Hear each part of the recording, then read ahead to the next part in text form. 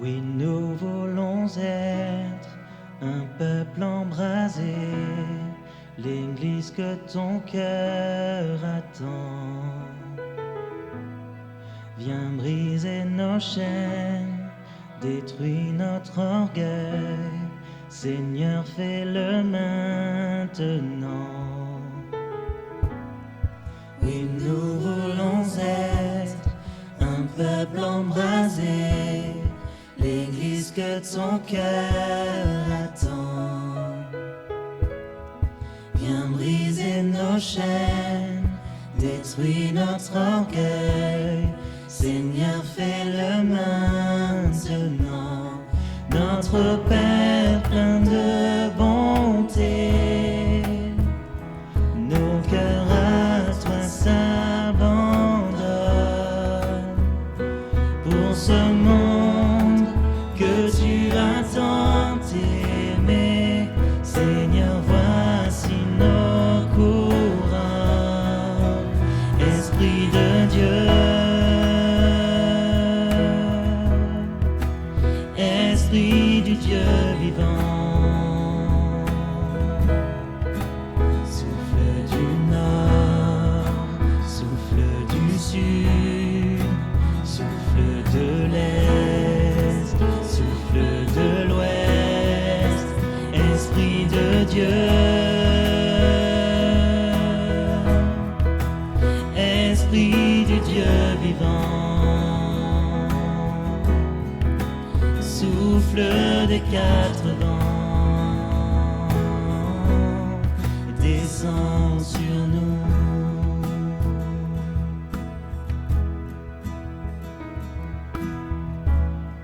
Envoie ta puissance, rends-nous les témoins d'un royaume qui se répand. Fais brûler nos cœurs au sein des ténèbres, comme un phare dans l'océan.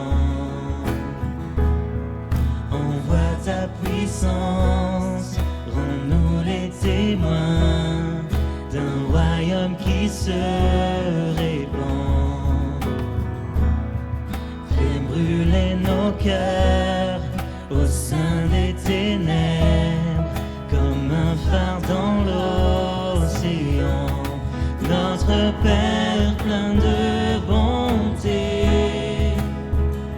Dieu de tendresse et de grâce, pour ce monde que tu as tant aimé, fais briller sur nous ta face, Esprit de Dieu,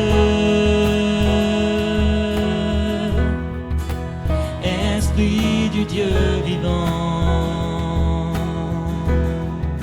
Souffle du nord, souffle du sud, souffle de l'est, souffle de l'ouest, Esprit de Dieu, Esprit du Dieu vivant. Souffle des quatre vents et descends sur nous.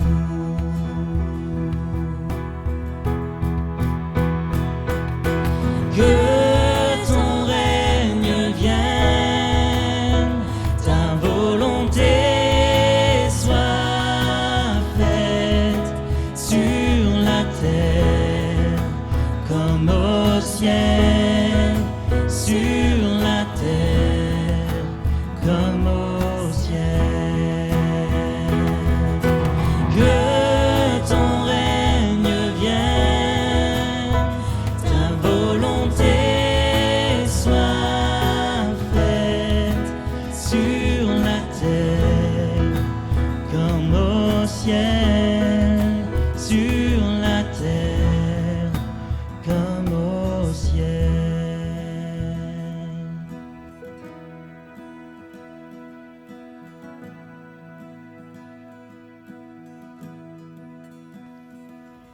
Quand le jour de la Pentecôte arrive, les croyants sont réunis tous ensemble au même endroit. Tout à coup, un bruit vient du ciel. C'est comme le souffle d'un violent coup de vent. Le bruit remplit toute la maison où ils sont assis. Alors, ils voient apparaître des langues, comme des langues de feu. Elles se séparent et se posent sur chacun d'eux. Tous sont remplis de l'Esprit Saint et ils se mettent à parler d'autres langues. C'est l'Esprit qui leur donne de faire cela. À Jérusalem, il y a des Juifs venus de tous les pays du monde. Ce sont des gens fidèles à Dieu. Quand ils entendent ce bruit, ils se rassemblent en foule. Ils sont profondément surpris parce que chacun entend les croyants parler dans sa langue. Ils sont très étonnés et pleins d'admiration et ils disent « Tous ces gens qui parlent sont bien des Galiléens. Alors, comment chacun de nous peut-il les entendre parler dans la langue de ses parents ? Nous venons du pays des Parthes, de Médie, d'Élam, de Mésopotamie, de Judée et de Cappadoce, du Pont et de la province d'Asie, de Phrygie, de Pamphylie. Nous venons aussi d'Égypte, de la partie de la Libye qui est près de Cyrène, de Rome, de Crète et d'Arabie. Parmi nous, certains sont juifs et d'autres aussi obéissent à la loi de Moïse. Et pourtant, chacun de nous les entend annoncer dans sa langue les grandes choses que Dieu a faites. Ils sont tous très étonnés et ne savent pas quoi penser. Ils se disent entre eux, « Qu'est-ce que cela veut dire ?» Mais d'autres se moquent des croyants en disant, « Ils sont complètement ivres !» Alors Pierre, debout avec les 11 apôtres, se met à dire d'une voix forte, « Frères juifs, et vous tous qui habitez à Jérusalem, vous devez comprendre ce qui se passe. Écoutez bien ce que je vais dire. Ces gens ne sont pas ivres comme vous le pensez. En effet, il est seulement 9 heures du matin, mais ce que le prophète Joël a annoncé, cela arrive maintenant. Voici ces paroles. Dieu dit, dans les derniers jours, je donnerai mon esprit à tous. Vos fils et vos filles parleront de ma part. Je ferai voir des choses nouvelles à vos jeunes gens. J'enverrai des rêves à vos vieillards. Oui, en ces jours-là, je donnerai mon esprit à mes serviteurs et à mes servantes, et ils parleront de ma part. Je ferai des choses extraordinaires en haut dans le ciel et des choses étonnantes en bas sur la terre.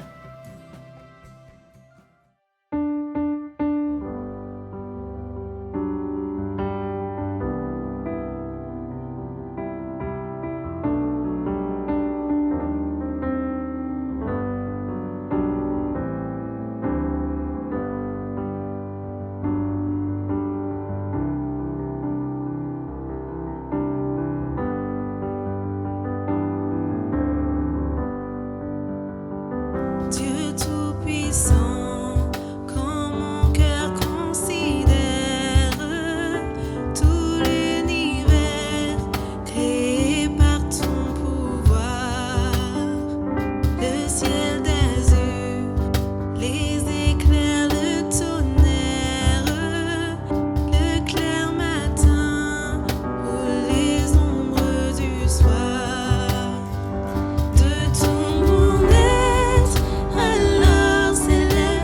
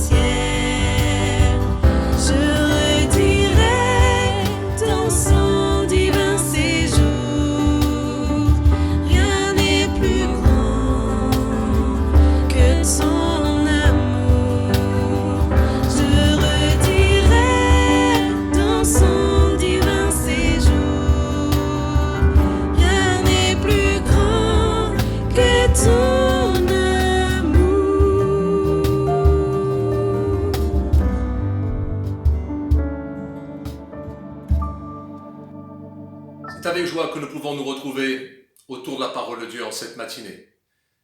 Et j'aimerais sans tarder partager avec vous un mot comme tant d'autres mots certes, mais un mot qui a bouleversé notre vie pour beaucoup d'entre nous. Et nous aimerions vraiment que chacun de ceux et de celles qui écoutent ce message puisse en bénéficier, le recevoir parce que c'est un mot qui est reçu par grâce. Mais avant de le découvrir, je voudrais juste réfléchir avec vous sur quelques mots qui ont bouleversé aussi notre existence. Ne serait-ce que le mot naissance. Quand un enfant vient dans un foyer, le foyer est bouleversé et l'existence d'une famille entière va prendre une nouvelle tournure.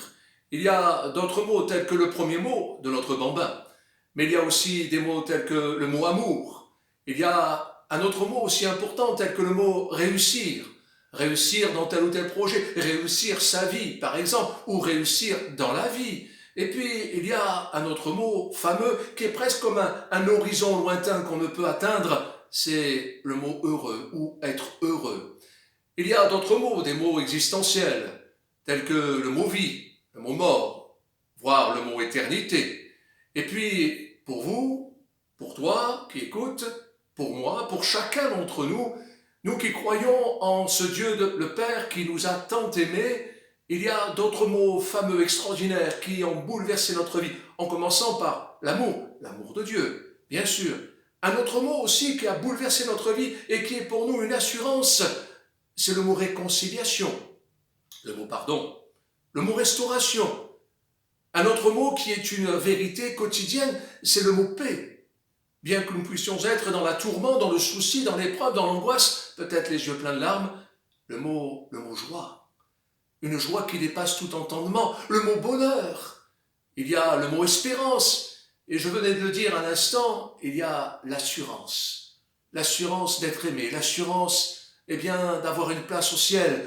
L'assurance que quand bien même notre corps, peut partir par une maladie vers l'éternité, voici que nous avons l'assurance d'avoir une place au ciel. Oui, ces mots sont importants, ils sont bouleversants. Et puis, nous savons une chose, c'est que Jésus-Christ est celui qui est venu tout accomplir. Il est le nom le plus important, ce mot qui couvre toutes ses vertus. Et au milieu de tout cela, il y a un autre mot, incontournable. C'est le mot de la croix, ce lieu de rendez-vous. Car pour aller plus loin dans ce que l'on va méditer en cette matinée, pour expérimenter ce que nous allons partager, il est incontournable d'être passé par la croix. Non pas d'aller courir à Jérusalem sur le mont Golgotha, non pas pour aller chercher quelques reliques, mais tout simplement de comprendre qu'à la croix, l'amour de Dieu s'est révélé par Jésus-Christ pour que nous puissions être pardonnés, nous puissions être restaurés, justifiés, nous puissions être reconnus comme fils et filles de Dieu, car Dieu se révèle à nous comme notre Père. Maintenant, si nous lisons dans les Actes des Apôtres au chapitre 1er et au versets 7 et 8, Jésus va laisser ces paroles fameuses avant de monter vers le ciel. Il leur répondit « Ce n'est pas à vous de connaître les temps ou les moments que le Père a fixés de sa propre autorité, mais vous recevrez une puissance. Le Saint-Esprit survenant sur vous, et vous serez mes témoins à Jérusalem, dans toute la Judée, dans la Samarie et jusqu'aux extrémités de la terre. » Nous ne savons quand Jésus revient, mais nous savons une chose, c'est que cette promesse, elle s'est accomplie.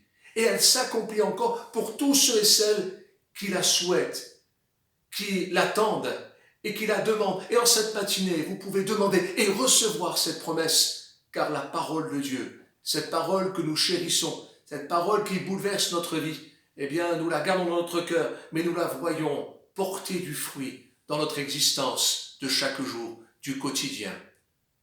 Dans ces mêmes Actes des Apôtres, au chapitre 2, versets 1er à 4, nous voyons l'accomplissement de cette parole, le jour de la Pentecôte. Ils étaient tous ensemble, dans le même lieu. Tout à coup, il vint du ciel un bruit comme celui d'un vent impétueux, et il remplit toute la maison où ils étaient assis. Des langues, semblables à des langues de feu, leur apparurent, séparées les unes des autres, et se posèrent sur chacun d'eux. ils furent tous remplis du Saint-Esprit et se mirent à parler en d'autres langues selon que l'Esprit leur donnait de s'exprimer.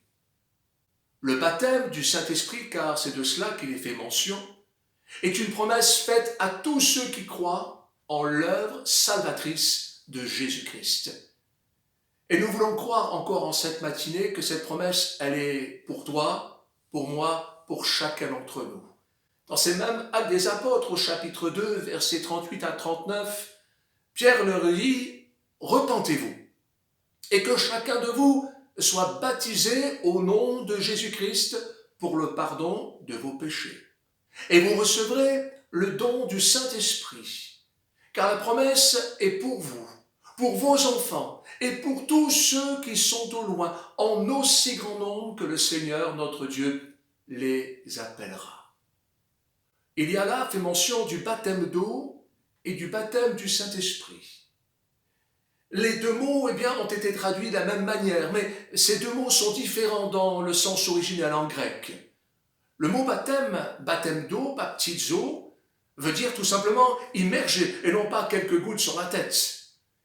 Et le mot baptême du Saint-Esprit, de la même racine, bapto, veut dire non seulement immerger, mais veut dire aussi teindre, du verbe qui nous amène à vivre quelque chose de merveilleux, de bouleversant. Nous étions de telle ou telle couleur, ou peut-être nous étions d'une couleur passée, et voici qu'il va nous teindre.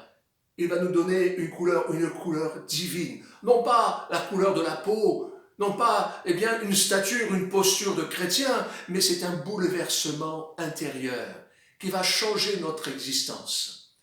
Ce matin, indépendamment de l'expérience incontournable du parler en langue, signe initial du baptême du Saint-Esprit, soit ce qu'on appelle techniquement la glossolalie, indépendamment de cela, j'aimerais parler avec vous sur la notion de ce mot puissance. Vous recevrez une puissance. Dans la langue de Shakespeare, dans les différentes traductions de cette langue en anglais, tout simplement, le mot est traduit par power. Nous pourrions le traduire directement par pouvoir.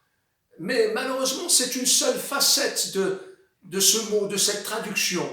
Une seule facette du sens originel. Parfois, nous voudrions être, oui, je veux être baptisé Saint-Esprit pour recevoir une puissance, un pouvoir, une force une capacité pour, atteindre tel ou tel objectif.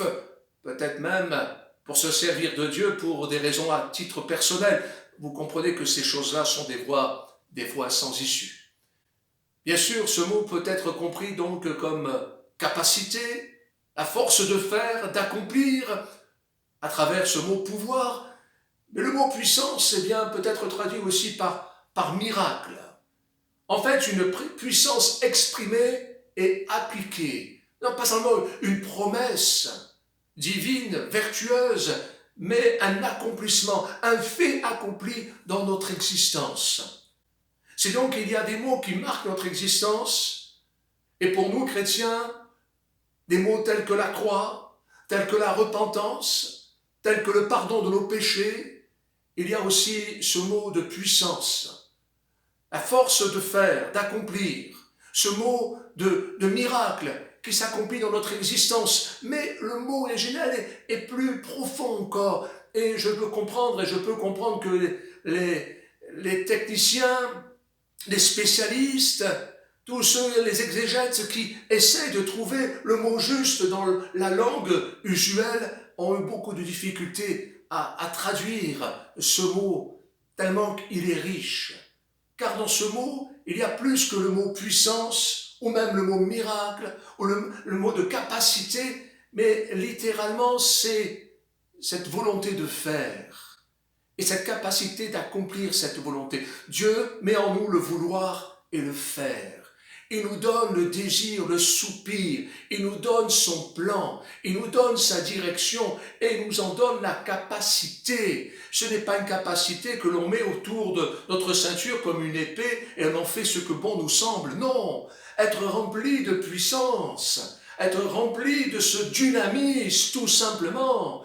C'est d'être rempli du plan de Dieu, de sa volonté, et d'accomplir sa volonté. Et Christ, notre Sauveur bien-aimé, Jésus, l'envoyé au loin d'esprit et de force, rempli de la volonté de Dieu, dira lui-même dans l'Évangile selon Jean, chapitre 4, verset 34, Jésus leur dit, « Ma nourriture est de faire la volonté de celui qui m'a envoyé et d'accomplir son œuvre. » Être baptisé du Saint-Esprit, ce n'est pas une décoration que l'on met sur la poitrine, ce n'est pas un passeport spirituel au cas où quelques épreuves vont nous tomber sur la tête. Non, tout simplement, c'est d'être imprégné de son esprit, de faire sa volonté, de vivre pour lui. Et quelle est cette révélation? C'est le salut d'un plus grand nombre. C'est d'aller chercher ceux et celles vers lesquels auparavant nous n'aurions jamais imaginé que nous puissions aller. Il fait de nous une nouvelle personne, avec de nouveaux sentiments, comme les sentiments qui étaient en Jésus, il les met en nous. Nous étions auparavant misérables, nous étions incapables de tenir nos promesses. Et puis il est venu en nous par son esprit. Il nous a révélé son amour et nous nous sommes repentis. Il a bouleversé notre vie, il a changé notre existence. Il nous a pardonné, il nous a restaurés, il nous a relevés. Et puis il nous a remplis tout simplement de son esprit. Et cet esprit a débordé comme une eau qui déborde de ses rives et a rempli notre existence. Il fait de nous une nouvelle création, pas simplement une nouvelle créature, mais une nouvelle création. Notre environnement change et Dieu nous bénit. Et si Dieu est avec nous, qui sera contre nous? Comme le Christ a été envoyé par son Père vers nous et vers tant d'autres, Jésus lui-même ressuscité nous dira, comme le Père m'a envoyé, moi aussi, je vous envoie. Et il leur dira pour cela, attendez que la promesse soit accomplie. Et pour nous, elle est accomplie. Et elle veut s'accomplir pour toi. Il veut te baptiser du Saint-Esprit. En ayant pour signe initial le parler en langue. Mais plus encore, ce n'est pas simplement un but. Non, ce n'est qu'un commencement pour que tu ailles plus loin. Pour que tu vives des exploits sur toi-même, sur tes peurs, sur tes craintes, sur tes faillites, sur tes découragements, sur tes promesses non accomplies. Il fait de toi une nouvelle personne. Il te donne le vouloir et le faire, cette capacité cette force en toi, cette puissance, ce miracle. Alors, cette bonne nouvelle, si belle soit-elle, qui a fini sur le mont Golgotha, juste en dehors de Jérusalem, s'est propagée en Galilée. Et Jésus s'est révélé ressuscité à des marins pêcheurs, aux provinciaux qui étaient là-bas, ceux qui avaient un accent particulier. Et pourtant, cette bonne nouvelle s'est propagée encore, au-delà des frontières. Certes, il y avait l'Empire romain, il y avait d'autres peuples, et pourtant le message est allé, et est venu jusque vers nous, jusqu'à nous. Alors mon ami, que tu puisses dire maintenant, Jésus, je veux vivre pour toi. Je veux vivre pour toi, pour ta seule gloire, pour la gloire de mon Père. Je veux vivre ce dynamisme. Je veux vivre ce vouloir et ce faire. Je veux vivre cette capacité je veux vivre ce miracle continuel. Je veux vivre cette grâce qui m'est offerte. Je veux la vivre. Permettez que nous prions ensemble, avec force, avec foi, avec amour, avec confiance, et que ce soit en nous comme une nouvelle naissance. Notre Dieu, notre Père, à toi la gloire. Ton amour est accompli en l'œuvre de Jésus-Christ. Il est le seul nom par lequel nous puissions être sauvés. Jésus-Christ a tout accompli et pourtant il nous dira « Il vous est avantageux que je m'en aille afin que vous receviez le Consolateur. Il vous conduira dans toute la vérité. Il prendra de ce qui est à moi et il vous le donnera. » Oui, je veux recevoir son esprit en moi. Je veux pas simplement avoir une fiole ou simplement un peu de parfum, mais je veux être imbibé comme lui qui descendait sur la barbe d'Aaron. Je veux être rempli de toi. Je veux être rempli de puissance et de force. En fait, je veux être rempli de ta volonté. Je veux m'en nourrir et je veux aller là où tu m'envoies et faire ton plan, faire mon voisin, mon prochain, mes beaux-parents, ma famille, mes enfants, ceux vers lesquels auparavant, pour lesquels j'avais pris du recul. Je veux vivre pour toi. À toi la gloire. Accomplis en moi ta volonté. Baptise-moi du Saint-Esprit, ce n'est pas encore le cas. Et pour moi qui a été baptisé, moi qui ai reçu ce baptême, je veux être renouvelé. À toi la gloire. Dans le nom de Jésus. Amen. Que Dieu vous bénisse. Bon dimanche. Allons de l'avant. Vivons des exploits dans le nom de Jésus.